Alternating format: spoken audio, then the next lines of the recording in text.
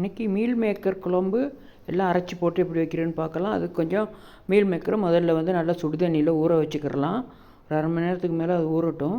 அதுக்கடையில் நமக்கு அதுக்கு அரைச்சி போடுறதுக்கு ஒரு பெரிய வெங்காயம், 5-6 பூண்டு பல், இஞ்சி, பட்டை, கிராம்பு, ஏலக்காய், 2 நம்பர் ஏலக்காய், பட்டை, கிராம்பு, பெருஞ்சீரகம், தக்காளி ஒரு 3 தக்காளி எல்லாத்தையும் வெட்டி போட்டு நல்லா வதக்கி ஆற வச்சுக்கிறலாம். இது வதக்கி ஆறிக்கிட்டு இருக்கும்போது நம்ம இந்த முன்னாடியே ஊற வச்ச அந்த மீல் மேக்கரெல்லாம் புழிஞ்சு சின்ன சின்னதாக வெட்டிக்கிறணும். அவ்வளோ பெருசாக போட்டு வைக்காமல் ஒரு 2 பீஸோ 4 பீஸாவோ அதை வெட்டிக்கிறலாம்.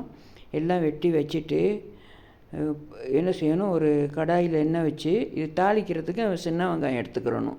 அரைக்கிறதுக்கு முதல்ல பெரிய வெங்காயம் போட்டு வதக்கிடலாம். இது கொஞ்சம் சின்ன வெங்காயம், கருவேப்பிலை, பச்சை மிளகாய் எல்லாம் போட்டு நல்லா எண்ணெய் ஊற்றி நல்லா கொஞ்சம் நேரம் இதை எண்ணெயில் போட்டு பிரட்டி வதங்க விட்டுறணும். ஏற்கனவே ஊற வச்சது தான் சாப்பிட்டா தான் இருக்கும். அதோட நல்லா எண்ணெய் ஊற்றி வதங்க விட்டுட்டு நல்லா இது வதங்கி வந்த உடனே இதுக்கு தேவையான எல்லாம் கலந்த குழம்பு பொடி காரத்துக்கு ஏற்ற மாதிரி போட்டுக்கிறலாம். போட்டுட்டு அது கொஞ்சம் கரம் மசாலா ஒரு ஸ்பூன் போட்டுக்கிறலாம். போட்டுட்டு தேவையான கல்லுப்பு கொஞ்சம் போட்டு நல்லா எல்லாத்தையும் நல்லா பிரட்டி விட்டுட்டு இப்போ நம்ம முதல்ல வதக்கி வச்ச அந்த இஞ்சி பூண்டு எல்லாம் வதக்கி வச்சதையும் இதுக்கு நல்லா அரைச்சிட்டு ஊற்றி மிக்ஸி ஜாரையும் நல்லா கழுவி தேவையான அளவு தண்ணி ஊற்றி நல்லா கொதிக்க விட்டுறலாம். இது நல்லா கறிக்குழம்பு டேஸ்ட்டில் நல்ல டேஸ்ட்டாக இருக்கும். இதுக்கு கலருக்கு நான் கொஞ்சோண்டு காஷ்மீரி பொடி கொஞ்சம் போட்டுக்கிட்டேன், டார்க் கலராக தெரிகிறதுக்கு. அதையும் வேணால் போட்டுக்கிறலாம்.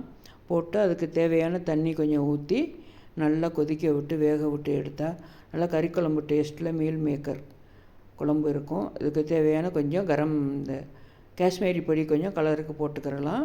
போட்டு எல்லோரும் அது செஞ்சு பாருங்கள், நல்லா டேஸ்ட்டாக இருக்கும். குழந்தைங்களும் விரும்பி சாப்பிடுவாங்க.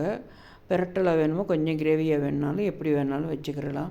இது நல்லா கொதிக்க விட்டுட்டு கடைசியாக இதுக்கு என்ன செய்யணும், கொஞ்சம் மல்லித்தலையும் போட்டு வரைக்கும் மூடி வச்சுட்டா நல்ல டேஸ்ட்டான நல்ல மீல் மேக்கர் குழம்பு எல்லாம் செஞ்சு பாருங்கள். லைக் பண்ணுங்கள், ஷேர் பண்ணுங்கள், சப்ஸ்கிரைப் பண்ணுங்கள்.